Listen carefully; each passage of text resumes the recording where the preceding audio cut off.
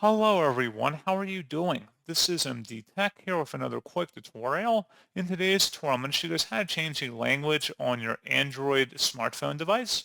So whether it's a Samsung Galaxy, a Google Pixel, or a different Android-based phone, in today's tutorial, I'm going to have you covered. And without further ado, let's go ahead and jump right into it.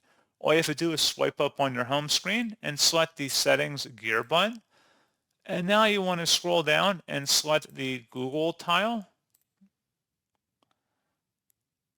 and then select all services up at the top right. And then you want to go under where it says settings for Google Apps and select the search assistant and voice button right here. And now there should be an item in here that says voices offline speech recognition down on this page. Go ahead and select that tile. And where it says languages up at the top, you can go ahead and select that.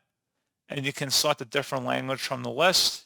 And you can also change the speech output as well by selecting that option if you want it to either be in full responses or no response.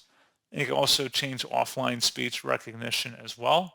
So pretty straightforward process on that, guys. And as always, thank you for watching. I do hope that I was able to help you out, and I do look forward to catching you all in the next tutorial. Goodbye.